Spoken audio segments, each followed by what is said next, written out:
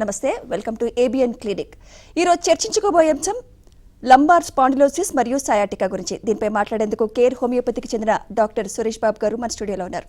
Hello doctor గారు, welcome to ఆ studio. Thank you. అసలు లంబార్ స్పాండిలోసిస్ అనేది రావడానికి ప్రధాన కారణాలు ఏంటి? ఎవరిలో ఎక్కువగా చూస్తుంటామండి? స్పాండైలోసిస్ అనేటటువంటిది యూజువల్గా అరుగుదలకు సంబంధించినటువంటి సమస్య అండి.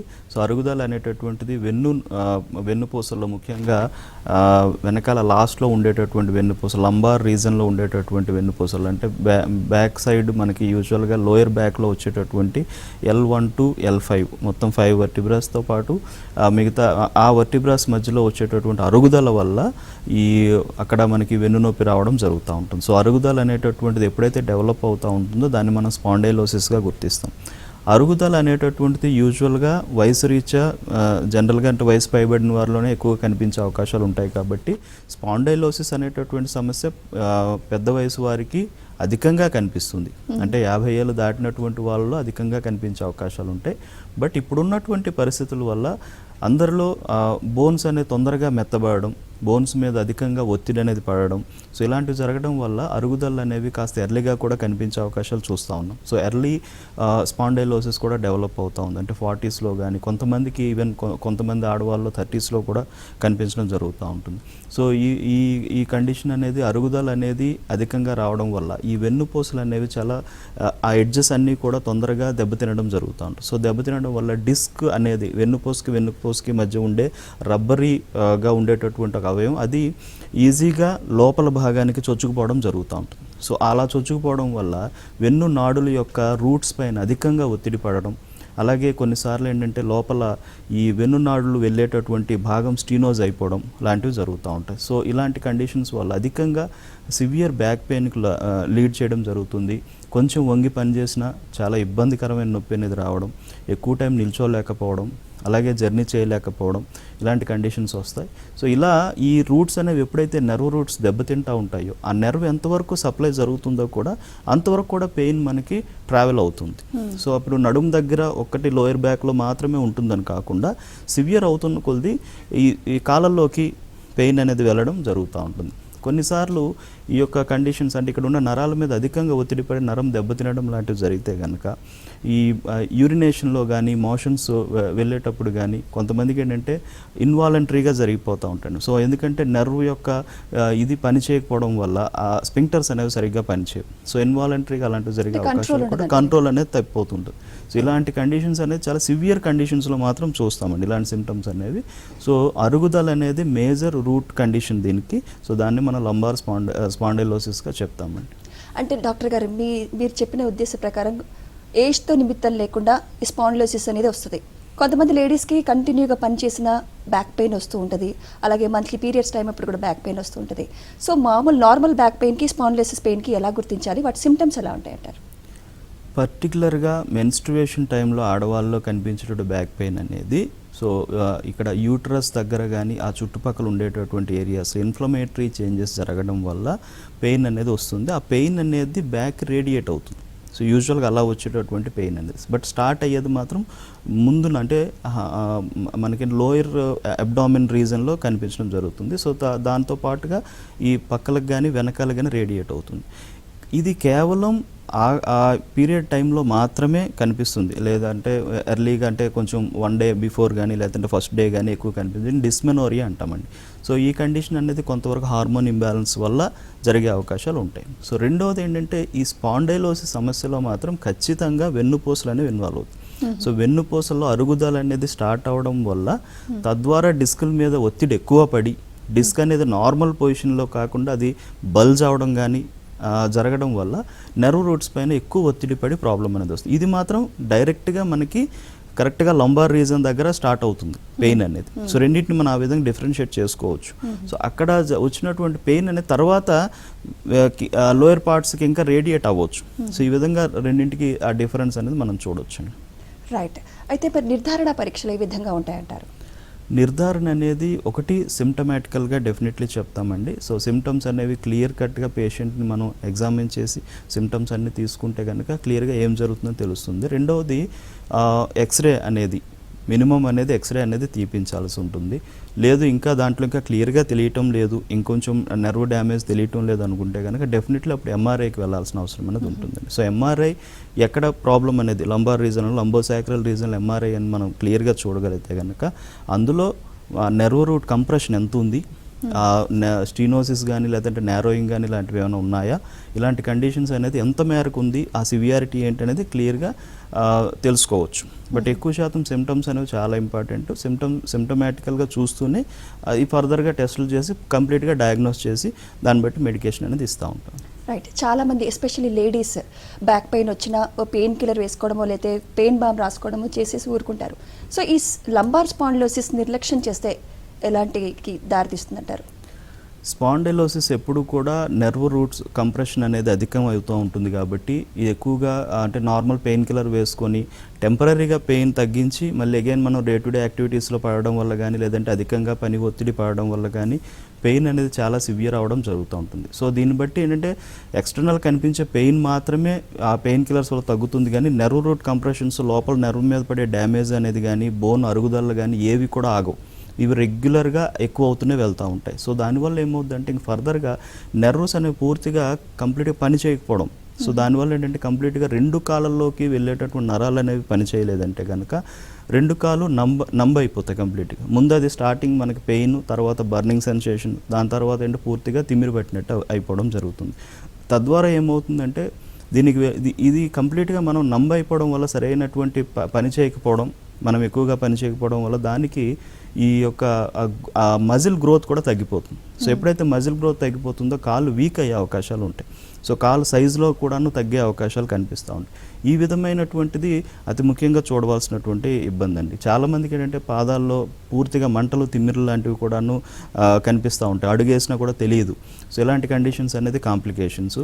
రెండవది ఏంటంటే ఇన్వాలంటరీ యూరినేషన్ కానీ ఇన్వాలంటరీ స్టూల్స్ కానీ ఇది మాత్రం డెఫినెట్లీ అక్కడ చూడాల్సిన అవసరం అనేది ఉంటుంది. అండ్ ఈ జెనిటల్స్కి వెళ్ళేటటువంటి నెర్వ్ సప్లై కానీ దెబ్బతింటే కనుక కొంతవరకు ఏంటంటే ఎరెక్టైల్ డిస్ఫంక్షన్స్ లాంటివి డెవలప్ అయ్యే అవకాశాలు కూడా చూస్తూ ఉంటాం. ఇలా కొంతవరకు ఏంటంటే సెక్షువల్ సమస్యలు డెవలప్ అయ్యే అవకాశాలు కూడా చూస్తూ ఉంటాం. ఇవన్నీ దాంట్లో కనిపించేటటువంటి అండ్ మోస్ట్లీ వేరే అదర్ కండిషన్స్ లాంటివి ఏమైనా లీడ్ అయితే కనుక దీంతో పాటుగా లైక్ ఆటో ఇమ్యూన్ కండిషన్స్ ఏమైనా వస్తే కనుక అంటే యాంకలోజింగ్ స్పాండిలైటిస్ అంటాం, అలాంటివి అయితే కనుక లోయర్ బ్యాక్ వెన్నుపూసలు అన్నీ కూడా అతుక్కుపోయే అవకాశాలు ఉంటాయి. తద్వారా ఏంటంటే మనకు మూమెంట్ కూడా అంటే ముందుకు వంగడం కూడా చేసే అవకాశం ఉండదు. సో ఇలాంటివి డెవలప్ అయినాయి అంటే కనుక ఇంకా ఎప్పటికీ అది చాలా సివియర్ కండిషన్కి లీడ్ అయిపోయే అవకాశాలు, ఇంకా ఒక్కోసారి ఇన్క్యూరబుల్ కండిషన్ వెళ్ళిపోయే అవకాశాలు చూస్తూ ఉంటాము. సో సీరియస్ కాంప్లికేషన్స్కి దారితీస్తుందంట. ఖచ్చితంగా చాలా సీరియస్ కాంప్లికేషన్స్కి వెళ్ళే అవకాశాలు అని ఉంటాయి. అయితే డాక్టర్ గారు మరి ఈ లంబార్ స్పాండిలోసిస్కి కేర్ హోమియోపతిలో ఎలాంటి చికిత్స అందుబాటులో ఉందంటారు? ఎంత కాలం పడుతుంది తగ్గడానికి? కంప్లీట్లీ ఇక్కడ హోమియోపతిక్ పాయింట్ ఆఫ్ వ్యూ ఎలా ఉంటుందంటే బాడీ యొక్క నేచర్ అలాగే డిసీజ్ యొక్క ఆరిజిన్ అంటే ఎట్లా అంటే ఒక్కొక్కరి బాడీకి ఒక్కొక్క కాజిటివ్ ఫ్యాక్టర్ ఉంటుందండి. సో అందరికి ఒకటే రకమైనది ఉండాలని లేదు కాబట్టి కొంతమందికి ఇంజురీస్ ఎఫెక్ట్ వల్ల అవ్వచ్చు, కొంతమందికి స్ట్రెస్ వల్ల అవ్వచ్చు, కొంతమందికి ఆక్యుపేషనల్ దీనివల్ల అవ్వచ్చు. ఇలాంటి కండిషన్స్ వల్ల దేనివల్ల ఎంత మేరకు ఇబ్బంది అయింది అనేది మెయిన్గా చూసి అలాగే బాడీ యొక్క నేచర్. సో ఆ పర్టికులర్గా ఆయన ఎలాంటి లైఫ్ స్టైల్ లీడ్ చేస్తున్నాడు, దానివల్ల ఆయన మానసిక స్థితి ఎలా ఉంది, వీటన్నిటిని కూడా బేస్ చేసుకుని కాన్స్టిట్యూషనల్గా మెడిసిన్ ఇవ్వడం జరుగుతుందండి. ఎప్పుడైతే కాన్స్టిట్యూషనల్ మెడిసిన్ ఇస్తామో ఈ యొక్క నెర్వ్ రూట్ కంప్రెషన్స్ అనేవి కంట్రోల్ అవుతున్నాయి, డీజనరేటివ్ చేంజెస్ అనేవి ఆగుతాయి. సో ఎప్పుడైతే డీజనరేటివ్ చేంజెస్ అనేవి ఆగుతూ ఉంటాయో నెర్వ్ మీద పడే ఒత్తిడి తగ్గుతుంది కాబట్టి నెర్వ్ పనిచేయడం, తద్వారా ఈ పెయిన్ అనేది మనకి కంట్రోల్ అవ్వడం, మన డే టు డే యాక్టివిటీస్కి ఇబ్బంది లేకుండా ఉండడం అనేది జరుగుతూ ఉంటుందండి. సో ఈ విధమైనటువంటి ట్రీట్మెంట్ని మనం కాన్స్టిట్యూషనల్ ట్రీట్మెంట్ అంటాం. ఇది డాక్టర్ కేర్ హోమియోపతి అన్ని క్లినిక్స్లో కూడా రన్ చేస్తూ ఉన్నామండి. సో పర్టికులర్గా దీనికి సంబంధించి టోటల్గా అంటే పేషెంట్తో మినిమం ఒక హాఫ్ అన్ అవర్ అట్లా స్పెండ్ చేసి కంప్లీట్ కండిషన్ అంతా అబ్జర్వ్ చేసి మెడిసిన్ అనేది ఇవ్వడం జరుగుతుంది. ఎంతకాలం వాడడం అనేటటువంటిది మాత్రం సివియారిటీని అంటే క్రానిసిటీని బట్టి ఆధారపడి ఉంటుంది. సో ఎప్పుడైతే చాలామంది ఏంటంటే మేము 6 months 1 year అట్లా వాడాలంటే పెయిన్ తగ్గదేమోనండి అనేటటువంటి డౌట్ ఉంటుంది. కానీ ఎప్పుడైతే మనం ట్రీట్మెంట్ స్టార్ట్ చేస్తామో సివియారిటీ అనేది మెడిసిన్స్ ద్వారా ఇమ్మీడియట్గా తగ్గిస్తాం. సో సివియారిటీ తగ్గి లైఫ్ స్టైల్ ఇబ్బంది అనేది లేకుండా ఉంటుంది. తద్వారా లోపల ఈ నర్వ్ రూట్స్ అన్నీ కూడా నార్మల్ చేసుకుంటూ వెళ్ళడం వల్ల కంప్లీట్గా నార్మల్ అవ్వడం జరుగుతుంది. సో దానికి మనకంటే ఒక్కొక్క బాడీకి ఒక టైం పడుతుంది. సో ఆ విధంగా కండిషన్ బట్టి మేము ఎక్స్ప్లెయిన్ చేయడం జరుగుతుంది. అంటే డీజనరేషన్ జరిగినప్పుడు ఆపరేషన్ మస్ట్ అని అలోపతిలో అంటుంటారు. సో ఆ కండిషన్ ఆ స్టేజ్లో ఉన్న వాళ్ళకి కూడా హోమియోపతి ఎంతవరకు దోహదపడుతుంది అంటారు? అంటే సర్జికల్ కండిషన్స్ అనేవి చాలామంది చెప్తారండి. But homoeopathic point of view అనేది ఎప్పుడు కూడా అంతవరకు వెళ్లకుండా ఆపడం అనేది డెఫినెట్లీ చేస్తాం. అండ్ ఎందుకంటే చాలామంది మా దగ్గరికి వచ్చేటటువంటి పేషెంట్స్లో పోస్ట్ ఆపరేటివ్ కండిషన్స్ కూడా వస్తారు.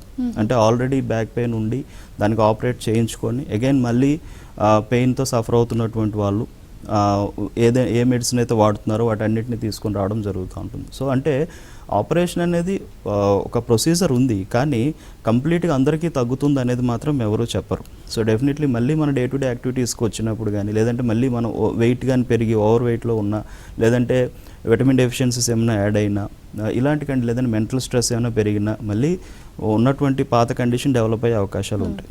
సో అలా కాకుండా హోమియోపతి ఏంటంటే అంతవరకు వెళ్లకుండా సో దాన్ని ఆ కండిషన్ నార్మల్ చేయడానికి హోమియోపతి మందులను ఖచ్చితంగా మనకి ఉపయోగపడతాయి.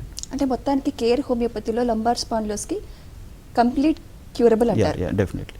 రైట్. అయితే డాక్టర్ గారు, ఈ హోమియోపతి తీసుకుంటున్నప్పుడు ఏమైనా పథ్యాలు కానీ పథ్యం చేయాల్సిన అవసరం ఏమైనా వస్తుందంటారా? ఎలాంటి కేర్ తీసుకోవాలి మెడిసిన్ తీసుకునేటప్పుడు?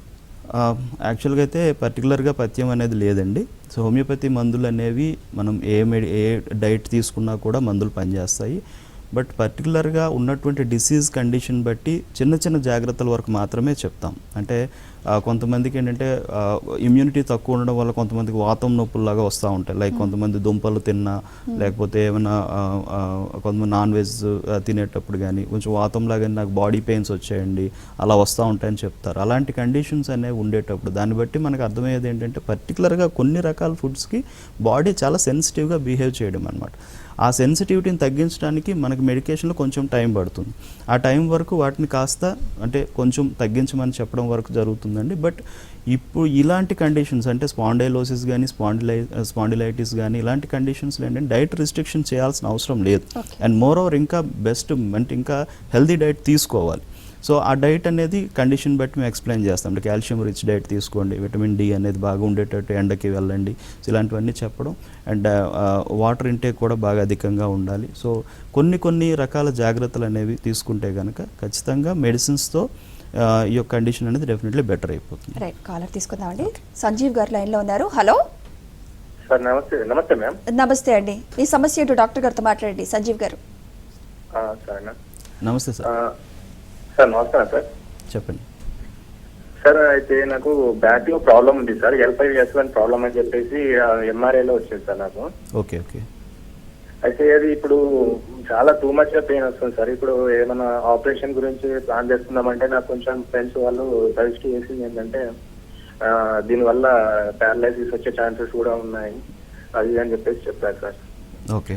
సో నేను దానికి ఏం కన్సల్ట్ కాకుండా నేను మెడిసిన్స్ యూజ్ చేసే ప్రయత్నం చేసినా కానీ అది కూడా లాభం లేకుండా పోయింది సార్. తర్వాత ఫిజియోథెరపీ చేసి చూపించాను, అది కూడా ఎలాంటి రిజల్ట్ లేదు సార్. ఓకే. ఇప్పుడు దానివల్ల ఇప్పుడు నాకు కొంచెం సెక్సువల్ ప్రాబ్లం కూడా అయిందన్న ఉద్దేశంతో డౌట్ వస్తుంది సార్. ఎందుకంటే నాకు స్పెర్మ్ కౌంట్ బాగా తక్కువ అయిపోయింది సార్. ఓకే. మేబీ అది కూడా ఒక రీజన్ అవుతుందా అని చెప్పేసి ఒక మాట డౌట్గా అడగడానికి కాల్ చేశాను. యా, అంటే ఒకటండి L5S1 అనేది లాస్ట్ వర్టిబ్రాస్. సో వాటిలో ఎక్కువగా అరుగుదల వచ్చే అవకాశాలు ఉంటాయి. దానివల్ల డిస్క్ ప్రాబ్లమ్స్ అధికంగా వస్తాయి. డిస్క్ బల్జెస్ కానీ లేదంటే డిస్క్ ఇంకా బాగా కొంచెం లోపలికి అయితే కనుక హెర్నియేషన్ ప్రొట్రూజన్స్ వరకు వెళ్ళిపోవచ్చు. అలా వెళ్ళడం వల్ల ఇందాక చెప్పినట్టు ఏంటంటే నెర్వ్ రూట్స్ కంప్రెషన్ అనేది అధికంగా అయ్యి నెర్వ్ మొత్తం ఎంతవరకు ట్రావెల్ అవుతుందో అంతా కూడా మనకి పెయిన్ఫుల్గా ఉండడం, ఎక్కువగా ఒత్తిడి పడితే కనుక నెర్వ్ పని చేయకుండా పోవడం, నంబ్ అయిపోవడం జరుగుతుంది. తద్వారా మీరు చెప్పేటటువంటి ప్రతి కంప్లైంట్ వచ్చే అవకాశాలు అనేవి ఉంటాయి. సో దీనికి సర్జరీ అనేది కాదండి. సర్జరీ కాకుండా మనకి హోమియోపతిలో డెఫినెట్లీ దీనికి మంచి సొల్యూషన్ అనేది ఉంది. సో మీ యొక్క బాడీ నేచర్ని బట్టి మెడిసిన్ వాడగలిగితే కనుక ఈ యొక్క కండిషన్ ఇంకా వర్స్ అవ్వకుండా, అంటే ఇక్కడ కానీ ఇంకా కాంప్లికేట్ అవ్వకుండా ఇమీడియట్గా నార్మల్ చేసుకుంటూ కంటిన్యూ మెడికేషన్ వాడడం వల్ల పూర్తిగా దీన్ని నయం చేసుకోవచ్చు అండి. అండ్ ఎటువంటి అంటే ఈ నెర్వ్ రూట్ కంప్రెషన్స్ ఎప్పుడైతే నార్మల్ చేస్తాం, నర్వ్స్ కానీ సరిగ్గా పనిచేయగలిగితే కనుక ఎటువంటి కాంప్లికేషన్స్ ఉండవు. లైక్ సెక్షువల్ ప్రాబ్లమ్స్ కానీ, లేదంటే పెయిన్ అనేది రేడియేట్ అవ్వడం కానీ, ఇలాంటి కండిషన్స్ అన్నీ నార్మల్ అవుతాయి. మీకు ఇనీషియల్గా వచ్చేటటువంటి చేంజ్ కూడా అదే ఉంటుంది. దాని తర్వాత ఇంటర్నల్ చేంజెస్ అన్నీ క్లియర్ అవుతూ ఉండడానికి కొంత టైం పడుతుంది.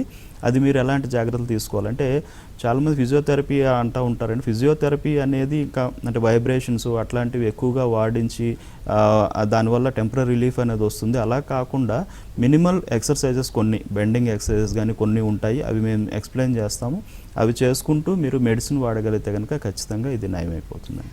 రైట్, సయాటికా రావడానికి కారణాలు, ట్రీట్మెంట్, బ్రేక్ తర్వాత డిస్కస్ చేద్దామండి.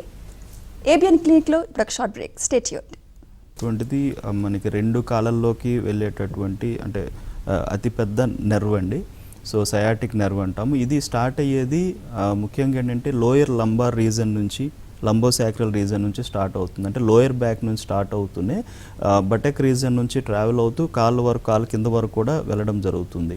సో దీని యొక్క రూట్స్ అనేవి ఈ లోయర్ బ్యాక్లో స్టార్ట్ అవుతాయి కాబట్టి అక్కడ ఒత్తిడి అనేది ఏమైనా ఎక్కువగా పడితే కనుక ఆ రూట్స్ పైన, అంటే లంబోసాక్రల్ రీజన్లో ఎక్కువగా ఒత్తిడి పడితే కనుక ఆ ఒత్తిడి ఎలా పడుతుందంటే, ఒకటి ఈ ఇందాక చెప్పినట్టు డిజనరేటివ్ కండిషన్స్ అయినా అవ్వచ్చు, లేదంటే ఏమైనా ఇంజురీస్ అయినా అవ్వచ్చు, లేదు అంటే ఈ డిస్క్ అనేది బాగా అధికంగా లోపలికి చొచ్చుకుపోయి అంటే బల్జ్ అవడం వల్ల ఇలాంటి కండిషన్స్ అనేవి డెవలప్ అవుతాయి. సో దీనివల్ల ఏమవుతుందంటే ఈ నెర్వ్ రూట్స్ పైన, ఈ సయాటిక్ నెర్వ్ రూట్స్ పైన అధికంగా ఒత్తిడి పడడం వల్ల ఈ మొత్తం పెయిన్ అనేది లోయర్ బ్యాక్ నుంచి కాలు వెనక భాగం నుంచి కంప్లీట్గా, అంటే posterior part of the leg నుంచి మొత్తం కాలు కింద వరకు కూడా పెయిన్ అనేది ట్రావెల్ అవ్వడం జరుగుతుంది. ఇలా స్పెసిఫిక్గా కనిపించేటటువంటి పెయిన్ అయితే కనుక అది ఎక్కువ శాతం మనం సయాటికా అంటాం, లేదా సయాటిక్ పెయిన్ అనేది చెప్తూ ఉంటాం. సో మెయిన్ రూట్ కాజ్ అనేది మాత్రం ఈ సయాటిక్ నెర్వ్ రూట్స్ పైన పడేటటువంటి ఒత్తిడి. ఆ ఒత్తిడి అంటే లంబార్ స్పాండిలోసిస్ కి సయాటికా ఇంటర్రిలేటెడ్ ఏమైనా ఉందంటారా? డెఫినెట్లీ ఇంటర్లింక్ అండి. ఎందుకంటే లంబార్ స్పాండైలోసిస్ డెవలప్ అయినటువంటి వాళ్ళు దాని యొక్క సివియారిటీ పెరుగుతున్న కొద్దీ కూడా సయాటికా డెవలప్ అయ్యే అవకాశాలు అనేవి ఖచ్చితంగా చూస్తాం. సో అది ఏ వైపైనా రావచ్చు, ఏదర్ రైట్ ఆర్ లెఫ్ట్, ఎటువైపైనా రావచ్చు. కొంతమందికి స్టార్టింగ్ రైట్ సైడ్ స్టార్ట్ అవుతుంది, ఎక్కువ అవుతున్న కొద్దీ లెఫ్ట్ సైడ్ కూడా పెయిన్ మొదలవుతుంది. సో బోత్ రెండు కాళ్ళలో కూడా సయాటిక్ పెయిన్ అనేది కనిపిస్తుంది. లేదు చాలా మందిలో ఏంటంటే ఒకవైపు మాత్రమే ఇది ఎక్కువ కనిపిస్తుంటుంది. సో అలా ఉంటుంది. బట్ మెయిన్ రూట్ కాజ్ మాత్రం లోయర్ బ్యాక్ లోన్ మాత్రమే మనకి కనిపిస్తుందండి. అది కూడా ఎక్కువ శాతం డీజనరేటివ్ కండిషన్స్ ఆర్ మోస్ట్లీ కొంతమందిలో ఇంజురీ కానీ, కొంతమంది ఎక్కువగా అంటే నిల్చొని పనులు చేసేటటువంటి అధికంగా నిల్చుంటారు వాళ్ళు. సో వాళ్ళలో కూడాను లోయర్ బ్యాక్ మీద ఎక్కువ ఒత్తిడి పడే అవకాశాలు, జర్నీస్ అధికంగా చేసేటటువంటి వాళ్ళు, లేదంటే ఒబేసిటీ ఉన్నటువంటి వాళ్ళలో ఈ యొక్క కంప్లైంట్స్ ఎక్కువగా కనిపించే అవకాశాలు ఉంటాయి. కొంతమందికి హైపోథైరాయిడిజం అంటే థైరాయిడ్ డిజార్డర్స్ కానీ, లేదంటే డయాబెటీస్ కానీ, ఇలాంటి కండిషన్స్ ఉండేటప్పుడు కూడా ఇంటర్నల్గా కాల్షియం డెఫిషియన్సీస్ ఇలాంటివి డెవలప్ అయ్యే అవకాశాలు, తద్వారా ఈ బోన్స్ మీద ఎక్కువగా ఒత్తిడి పడడం, లేదంటే అవి తొందరగా డీజనరేషన్ గురవడం, తద్వారా ఇలాంటివి డెవలప్ అయ్యే అవకాశాలు అనేవి చూస్తూ ఉంటాం. దీన్ని ఎలా డయాగ్నోస్ చేస్తారంటారు? సేమ్ కండిషన్ అండి. So definitely X-ray. ఒకటి ఆ మెయిన్ థింగ్ ఏంటంటే క్లియర్ కట్ పెక్యులియర్ పెయిన్ ఇది. సో పేషెంట్ సిమ్టమ్ అనేది క్లియర్గా ఎక్స్ప్లెయిన్ చేయడం జరుగుతుంది. తద్వారా మనకి డెఫినెట్లీ 60 to 70% డయాగ్నోసిస్ చేయొచ్చు. రెండోది అంటే ఫిజికల్ ఎగ్జామినేషన్ కూడా చేయొచ్చు. ఫిజికల్ ఎగ్జామినేషన్లో కూడా మన కాళ్ళు చిన్నగా అంటే పైకి స్ట్రైట్గా ఎత్తడం వల్ల అది కొంత వరకు మాత్రమే వాళ్ళు ఎత్తగల, తర్వాత పెయిన్ అనేది ఇమీడియట్గా తెలుస్తుంది. అంటే ఆ రూట్ పైన ఇమీడియట్ కంప్రెషన్ మొదలవుతుంది. సో అలాంటి కండిషన్ ఉన్నా కూడా సయాటిక్ పెయిన్గా చెప్తూ ఉంటాం. లేదు అంటే డెఫినెట్లీ స్కానింగ్ వెళ్ళాల్సిన అవసరం ఉంటుంది. ఎంఆర్ఐ స్కాన్ తీస్తే కనుక క్లియర్గా మనకి అందులో ఈ నెర్వ్ రూట్స్ పైన ఏ రూట్స్ పైన ఎంత ఒత్తిడి పడిందో కూడా కరెక్ట్గా కనిపిస్తుంది. కాబట్టి పెయిన్ అనేది ఏ టైంలో ఎక్కువ అవ్వచ్చు, ఎటువైపు నుంచి ఎటువైపుకి ట్రావెల్ అవ్వచ్చు అనేది కూడా క్లియర్గా చెప్పొచ్చు. రైట్. అయితే మరి ఈ కేర్ హోమియోపతిలో సయాటికాకి సంబంధించి ఎలాంటి ట్రీట్మెంట్ అందుబాటులో ఉంది? ఇది కూడా కంప్లీట్లీ క్యూరబుల్ అంటారా? సయాటిక్ అనేది డెఫినెట్లీ క్యూరబుల్ కండిషన్ అండి. ఎందుకంటే అంటే రూట్ కాజ్ అనేది సేమ్. సో ఏ బాడీని బట్టి వాళ్ళ యొక్క బాడీ కండిషన్ బట్టి ఆధారపడి ఉంటుంది. అంటే బేసిక్గా బాడీ నేచర్ అనేది చాలా ఇంపార్టెంట్. సో దాన్ని బట్టి మనం మెడిసిన్స్ ఇవ్వడం వల్ల నెర్వ్ రూట్ కంప్రెషన్స్ ఎలా అయితే మనం తగ్గించగలుగుతామో అది సయాటిక్ నెర్వ్ పైన పడేటటువంటి కంప్రెషన్ అయితే కనుక అది కంట్రోల్ అయినప్పుడు కంప్లీట్గా సయాటిక్ నెర్వ్ ఎక్కడి వరకు ఉన్నా కూడా అంతా కూడా మనకి పెయిన్ అనేది తగ్గిపోవడం జరుగుతుంది. తద్వారా నడవడానికి కానీ, నిల్చొని పనులు చేసేదానికి కానీ, వంగి పనులు చేసేదానికి కానీ ఇబ్బంది అనేది లేకుండా ఉంటుంది.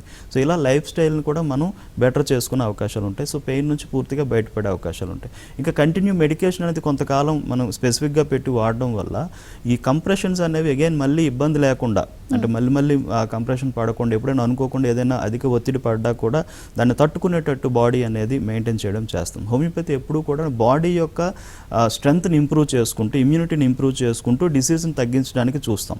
తద్వారా అలా ఎప్పుడైతే తగ్గుతుందో మళ్ళీ డిసీజ్ డెవలప్ అయ్యే అవకాశాలు, రికరెంట్ అయ్యేటటువంటి అవకాశాలు అనేవి చాలా వరకు ఉండవండి. సో అలా హోమియోలో మనం దాన్ని కంప్లీట్ క్యూర్ చేసుకునే అవకాశం ఉంటుంది. అంటే మెడిసిన్ తీసుకున్న ఎన్ని రోజులకి చేంజెస్ చూడొచ్చు అంటారు? అది సివియారిటీని బట్టి ఉంటుంది. అండ్ మోర్ ఓవర్ చాలా మందిలో ఏంటంటే మెడిసిన్ తీసుకున్నాక పెయిన్ సివియారిటీ అనేది ఇప్పుడు 100% పెయిన్ ఉందంటే కనుక ఇమ్మీడియట్ మెడిసిన్ తీసుకున్నాక 70 to 60% వరకు తగ్గిపోతుంది. సో ఆ విధంగా కంట్రోల్ అవుతుంది. కొంతమందికి 1-2 monthsలో కూడా రిజల్ట్ అనేది బెటర్గా తెలుస్తుందండి. కొంతమందికి ఒక 2 to 3 monthsలో డెఫినెట్గా రిజల్ట్ అనేది మాత్రం కనిపిస్తుంది. చాలా మందిలో మేము గమనించిన కండిషన్ ఏంటంటే పెయిన్ రిలీఫ్ అనేది కానీ, లేదంటే నెర్వ్ బాగా దెబ్బతినడం వల్ల కాళ్ళల్లోకి తిమ్మిర్లు పట్టడం కానీ, లేదంటే పాదాల్లో తిమ్మిర్లు కానీ, లేదంటే బర్నింగ్ కానీ, లేదా చాలామంది కూర్చుంటే కాలంతా బర్న్ అవుతుందండి, ఈ థై భాగం అంతా కూడా మంటలాగా వస్తుందండి అని చెప్తారు. సో ఇది కూడా సయాటికా యొక్క సిమ్టమ్ అనమాట. ఇలాంటివి ఇమీడియట్గా తగ్గుతాయి. చాలా మంది 15-20 డేస్లో కూడా రిజల్ట్స్ కనిపించే అవకాశాలు, లేదంటే కొంచెం 2-3 నెలలు టైం ఇచ్చినా కూడా డెఫినెట్గా తగ్గుతుంది. బట్ కంప్లీట్గా లోపల ఇంటర్నల్ చేంజెస్ అన్నీ నార్మల్ అవ్వడానికి మాత్రం మేబీ బాడీకి ఇంకొంచెం టైం పట్టవచ్చు. అది ఎంత అనేది ఆ బాడీ కండిషన్ బట్టి మేము క్లియర్గా చెప్పడం జరుగుతుంది. Right doctor, always prevention is better than cure అంటారు. సో మరి ఈ ప్రాబ్లమ్స్ లైక్ లంబార్ స్పాండిలోసిస్ కానీ, సయాటికా కానీ, ఈ ప్రాబ్లమ్స్ రాకుండా ఎలాంటి కేర్ తీసుకుంటే బెటర్ అంటారు? డెఫినెట్లీ లైఫ్ స్టైల్ మేనేజ్మెంట్ చేయాల్సి ఉంటుందండి. సో లైఫ్ స్టైల్ మేనేజ్మెంట్లో ఇప్పుడున్న పరిస్థితుల్లో శారీరకంగా మానసిక ఒత్తిడి, శారీరక ఒత్తిడి పెరుగుతుంది. అది దాన్ని మేనేజ్ చేయాలంటే ఒకటి యోగా కానీ, లేదంటే రెగ్యులర్గా మినిమం వాకింగ్ అండి, మినిమం, లేదంటే రెగ్యులర్ ఎక్సర్సైజెస్ చేసుకుంటూ ఎండ తగిలేటట్టు కాస్త బాడీకి డైరెక్ట్గా బేర్ బాడీకి ఎండ తగిలేటట్టు ప్లాన్ చేసుకోవడం మంచిది. అండ్ హెల్దీ డైట్ కానీ చాలా ఇంపార్టెంట్. అండ్ చాలామంది ఏంటంటే ఏదో బయట జంక్ ఫుడ్స్ తినడం కానీ, ఏదో లిమిటెడ్గా తినడం కానీ చేస్తూ ఉంటారు. బట్ చాలా హెల్దీ డైట్ అంటే అన్నీ తినొచ్చు, కానీ ఏది పర్టికులర్గా ఏది ఎక్కువ తినాలనేది బాడీ యొక్క కండిషన్ బట్టి చెప్తాం. సో ఆ విధంగా మెయింటైన్ చేయగలిగితే కనుక మెయిన్గా మెంటల్ స్ట్రెస్ అనేది తగ్గించుకోవాలి. ఎందుకంటే మెంటల్ స్ట్రెస్ అనేది ఎక్కువగా నెర్వ్ యొక్క పనితనం మీద ఇబ్బంది చూపించే అవకాశాలు ఉంటాయి. కాబట్టి సో మెంటల్ స్ట్రెస్ తగ్గించుకొని ఈ విధంగా మెయింటైన్ చేయగలిగితే కనుక డెఫినెట్లీ బాగుంటుంది. అండ్ బోన్కి సపోర్టివ్ ఫుడ్ అనేది తీసుకోవాలి. Calcium diet and vitamin D అందేటట్టు, అండ్ రెగ్యులర్ విటమిన్స్ అనేది బి విటమిన్స్ కంప్లీట్గా ఉండేటటువంటి డైట్ కానీ, ఇవన్నీ మనం రెగ్యులర్ తీసుకోగలిగితే కనుక ఖచ్చితంగా ఈ యొక్క ప్రాబ్లం అనేది మనకి రాకుండా ఉండే అవకాశాలు ఉంటాయి. అలానే ఒబేసిటీ ముఖ్యంగా, సో అధికంగా ఒబేస్ పీపుల్లో బ్యాక్ బోన్ మీద ఎక్కువ ఒత్తిడి పడుతుంది. కాబట్టి వెయిట్ లాస్ కూడాను చూసుకోవాల్సిన అవసరం అనేది ఉంటుందండి. కొంతమందికి ఏంటంటే జెనెటికల్ టెండెన్సీస్ ఉంటాయి. సో జెనెటికల్ టెండెన్సీస్లో చాలామందికి ఇలాంటి కండిషన్స్ అనేది వాళ్ళ డాడీకి కానీ, లేకపోతే ఎవరైనా బ్లడ్ రిలేటివ్స్కి ఉండొచ్చు. ఆ యొక్క టెండెన్సీస్ నెక్స్ట్ జనరేషన్స్కి వస్తాయి. కాబట్టి వీళ్ళు ఈ రకమైనటువంటి కేర్ తీసుకుంటే కనుక తొందరగా బయటపడే అవకాశాలు లేకుండా ఉంటాయి. ఒకవేళ ఏమైనా బయటపడ్డా కూడా స్టార్టింగ్లోనే దాన్ని గమనించి ఇమీడియట్గా జాగ్రత్త తీసుకుంటే డెఫినెట్లీ ఇది పెరగకుండా, కాంప్లికేట్ అవ్వకుండా కూడా చూసుకునే అవకాశాలు ఉంటాయి. అయితే డాక్టర్ గారు, ఆల్రెడీ లంబార్ స్పాండిలోసిస్, సయాటికాతో బాధపడే వాళ్ళకి మీరు ఇచ్చే సూచన ఏంటి? అంటే వాళ్ళు ఎక్సర్సైజ్ చేయొచ్చు అంటారు, ఇందాక మీరు యోగా చేయాలి అన్నారు. మరి ఆల్రెడీ నొప్పి ఉన్న వాళ్ళు యోగా కానీ, వాకింగ్ కానీ, మెట్లు ఎక్కడం కానీ చేయొచ్చు అంటారా? బరువు పడేటటువంటి పనులు, అధికంగా స్ట్రెస్ తీసుకునే పనులు స్టార్టింగ్లో చేయకూడదు డెఫినెట్లీ. ఎందుకంటే ఈ నెర్వ్ పైన ఒత్తిడి అనేది ఇంకా ఇంక్రీజ్ అయ్యే అవకాశాలు ఉంటాయి. బట్ మెడికేషన్ ఏదైనా తీసుకుంటూ, సో మెడిసిన్స్ మీద ఉంటూ ట్రీట్మెంట్ కంటిన్యూ చేసుకుంటూ ఎప్పుడైతే సిమ్టమ్స్ తగ్గుతూ ఉంటాయో సో బాడీ అనేది తట్టుకునే కెపాసిటీ పెరుగుతుంది. కాబట్టి మినిమల్ ఎక్సర్సైజెస్ నుండి స్టార్ట్ చేసుకోవాలి. ఆ చిన్నగా స్టార్ట్ చేసుకుని దాన్ని ఇంక ఇంప్రూవ్ చేసుకుంటూ వెళ్ళి మెడిసిన్ కంటిన్యూగా వాడితే కనుక ఆల్రెడీ సఫర్ అవుతున్నటువంటి వాళ్ళలో కూడా ఈ సఫరింగ్ తగ్గి పెయిన్ అనేది, సిమ్టమాటిక్ రిలీఫ్ అనేది వస్తూనే పూర్తిగా నయం అవడం జరుగుతుంది. ఆ విధంగా మెయింటైన్. బట్ డెఫినెట్లీ పెయిన్ ఉన్నటువంటి వాళ్ళు, లేదంటే దాన్ని సరైనటువంటి క్రమంలో చూసుకున్నటువంటి వాళ్ళు మాత్రం మెట్లు ఎక్కడం కానీ, వంగి పనులు చేయడం కానీ, బరువులు ఎత్తడం కానీ, ఎక్కువ టైం కూర్చొని నిల్చోవడం కానీ చేయకూడదండి. రైట్, థ్యాంక్ యూ డాక్టర్ గారు. మీరు మా స్టూడియోకి వచ్చి మీ సలహాలు సూచనలు మాకు తెలియజేసినందుకు thank you very much. Thank you. ఇది ఇవాల్టి ఏబిఎన్ క్లినిక్.